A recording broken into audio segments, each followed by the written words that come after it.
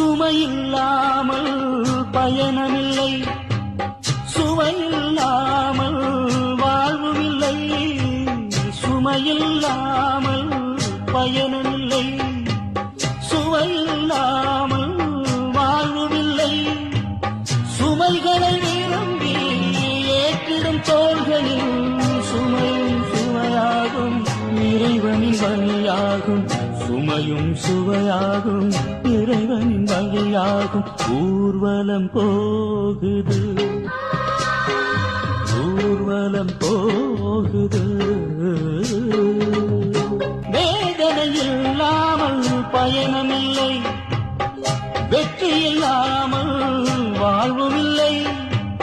துன்பமாம் சிலுவை வெற்றியில் சின்னம், வேதனை உரமாகும், தேவனின் வழியாகும். வேதனை